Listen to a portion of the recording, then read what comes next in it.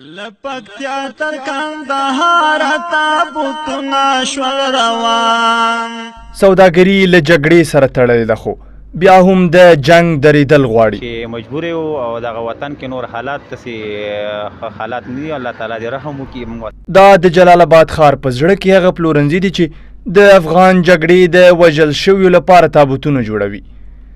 د ځوانیو په دې ګرم لو کې د تابوتونو دغه پلورونکي هر ورځ د 3-4 وژل شویو لپاره تابوتونو فرمایشونه اخلي او د وژل شویو په خپلوانو تابوتونه پلوري. د جګړې دا برخه بیا خورا ډیره دردونکې ده ځکه چې د جلال آباد په ښار کې تابوت جوړونکي هر سهار نوي فرمایشونه اخلي او د خپل ولس د بربادۍ دا کیسه په خپلو سترګو ګوري. مونږ خو داسې یو که نه چې مونږ داسې ټول یو پښتانه یو که نه فکر دی او زمونږ د وطن د سولې ضرورت دی او دا ټول خلک په جلال آباد ښار کې یو تن نجار وایي تیر کې د دروازو جوړولو کار کاوه خو په هېواد کې تودې جګړې دې تاړ کړی چې د دروازو کار پرېږدي او پر ځای یې تابوتونو جوړولو ته مخه کړي. د ده په وینا هره ورځ 3-4 تابوتونه پلورل کېږي. بس ورځ کې 2 دانې 4 دانې جوړو.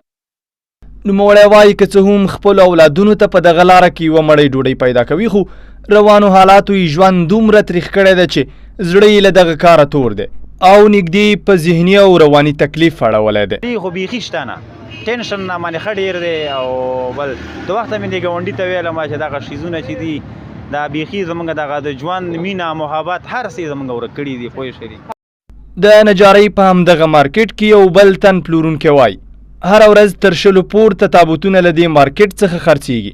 د نوموړي په وینا جلال آباد ښار کې د نجارۍ دکان لري خو د المارۍ او دروازې پوښتنه څوک نه کوي او تر ډیره د تابوتونو بازار ګرم دی.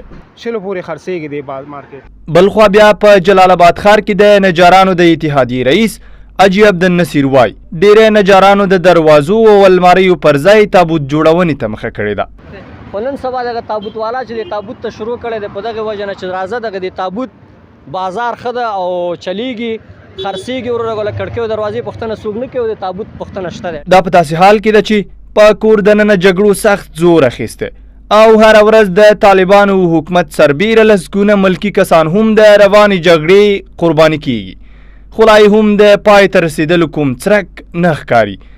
اخوا په قطر کې بیا د سولې مذاکرات په ټپه ولاړ حالت کې دي او د دولت او طالبانو مذاکراتي ټیمونه لا تر اوسه کومې غوڅې پایلې ته نه دي رسېدلي خو په هېواد کې بیا هره ورځ په لسګونه کورنۍ د روانې جګړې له امله بې کوره کیږي او خپلو سیمو پرېښودو ته اړ کیږي. سعید جواد، ننګرهار اصلاح غږ راډیو، جلال آباد.